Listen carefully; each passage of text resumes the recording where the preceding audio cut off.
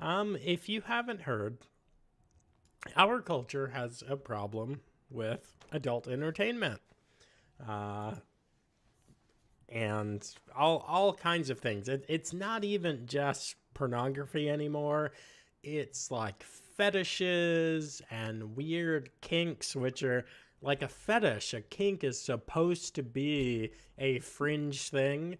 And our society insists on grabbing that fringe thing and bringing it to the center and normalizing it. Again, I'll tell you guys, if you have to normalize something, that means it's not normal. You can restore something. We need to restore faith in God in this country. We need to restore the Constitution, but we don't need to normalize it. Anyway, apparently, I heard through the grapevine that all of these websites, you guys know the big famous one that is always in trouble for not doing age verification and for having trafficking victims and sexual assault victims have their videos on the site. They've contacted and said, hey, I'm in the video. I'm 14. I'm 15. Can you please take this down? And they say, no, we can't verify that this is you. Which is total nonsense. Well, now to get away from it, because a lot of states, like my state, Virginia, has a rigorous age verification. So if you want to go to one of those sites, you have to submit a photo of your government issue ID, which is very easy to get around with fakes or with a VPN, putting it in a country that doesn't have the same laws. But now to get away from that and to get the Fed off of their backs, essentially, and to appease China, because China does this big time, a lot of these e-girls aren't even real. So they're guys at home doing fake intimacy with fake women online, which is absolutely insane. This is already outdated. This is just a couple of weeks old. But this AI model chick, Emily, what's her face, Pellegrini, had 213,000 fans. Again, fair warning, her Instagram is not the best, not the most wholesome, but we'll flip over to it for just a second. As of today, as of right now, she has almost 260,000 followers. Here she is, this very voluptuous gal. But the problem is, she's not real. Not real at all. She's a computer-generated AI model who's earning 10K a month off of your creepy internet fetishes. So I just, I kind of hit you with this story like yesterday. What are your thoughts? Well, I always find this subject really fascinating. I don't know if you guys have ever watched the Whatever podcast. Oh yeah, it's really good. Yeah, it's interesting, but I think we can all agree that society is in a total moral downfall. We are in utter and total moral decay. And what few things that keep us in line with what is right versus what is wrong, a lot of times has to do with whether or not we respect each other as human beings, whether or not we value each other as human beings. But having these AI generated figures kind of eliminates that argument, because it's like, well, you're not actually dehumanizing anybody because it's not a human being. So it just seems like the more every possible way that we can possibly go around the barriers that might keep us in line and keep us on a straight and narrow path, society is finding more ways to get around that and to find more justification to be more morally depraved, to push those lines, to push those boundaries, and to make morality in general just completely and totally subjective.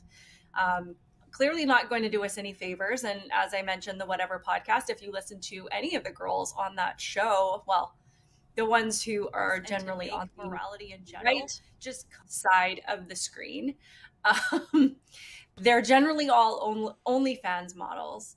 And they all, and I'm not shaming anybody. I feel like this is just kind of the society that we are raising kids in and raising these young women in.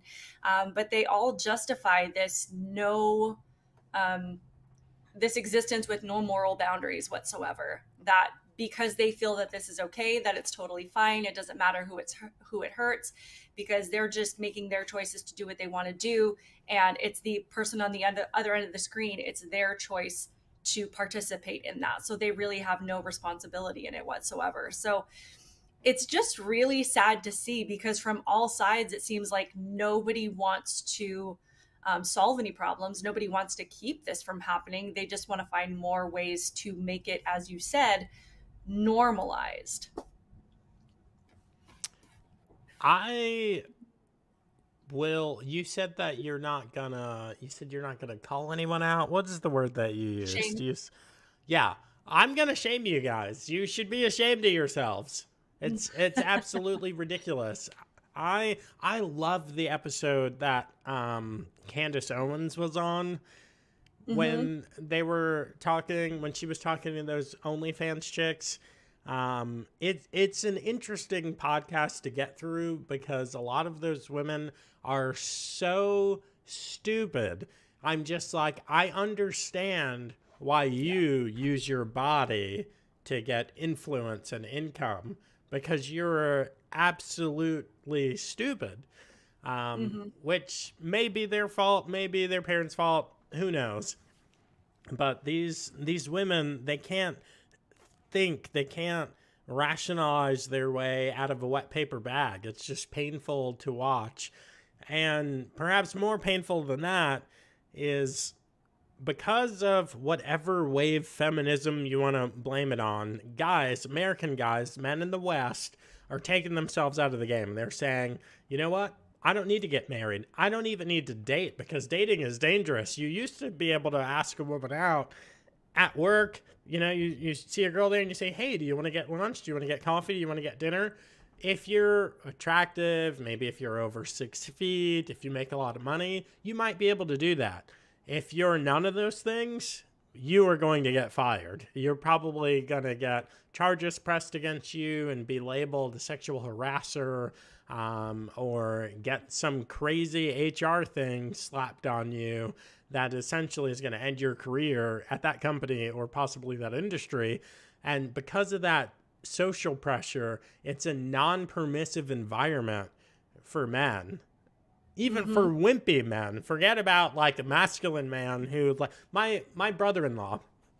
My brother-in-law, super smart dude, works in finance, speaks several languages. He's a very successful young man. Laser focused. He's actually getting married in a couple of months. But I know for the company in the finance sector that he works in, I know that it would have been impossible for him to find a suitor Mm-hmm. in that group of people. Absolutely not. Now, of course, he actually I don't know if my soon-to-be sister-in-law worked at he worked at Chick-fil-A all through high school and ended up being Mm-hmm. like some kind of manager. Anyway, I don't know if she actually worked there, but they've known each other for many years. The point is, this crap is ridiculous. Men live in a non-permissive environment because of one of the waves of feminism, and feminism has kind of come full circle to eat itself, because first it was, we're going to enter the workforce, we want equal rights, and we don't want to be objectified. Do not say that we need to sleep our way into promotions or that we need to use our body to get ahead, and now it's objectify us, Mm-hmm. use our bodies to help us get influence and income and power in the world. And I don't see how the initial feminists and these third wave chicks aren't like duking it out in the street. Because Like, I don't think any of them actually know what being a feminist means anymore. It's just something that changes so drastically. It changes with the times. I mean, we have women who call themselves feminists arguing for men to be able to come into the bathroom with them and to take over their sports. yeah. Nobody actually knows what being a feminist means anymore. Much like most of these labels, these activist labels that people take on now, it's like there's no real definition. People just want to feel like they belong to something or they stand for something, when honestly they don't stand for anything, because it's constantly changing. So that's why they're not duking it out, because nobody knows exactly what they stand for at any point in time.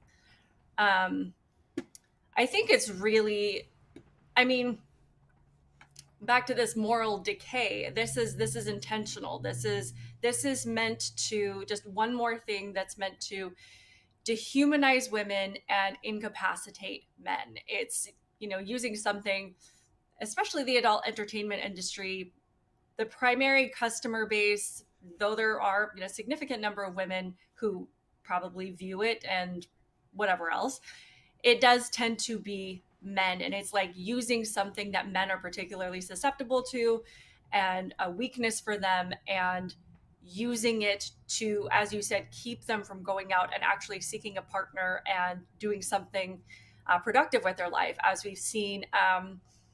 This attack on masculinity, this attack on men having this role of being the provider and the protector of society, it's completely been decimated. So now men don't really know what to do with themselves, and they're like, you know what? I can enjoy the company of this AI generated figure and get all the things that are going to make me at least temporarily happy without the difficulty of having to deal with the women that are out there today that don't appreciate what men have to offer. So I think obviously both sides, both men and women, are being uh,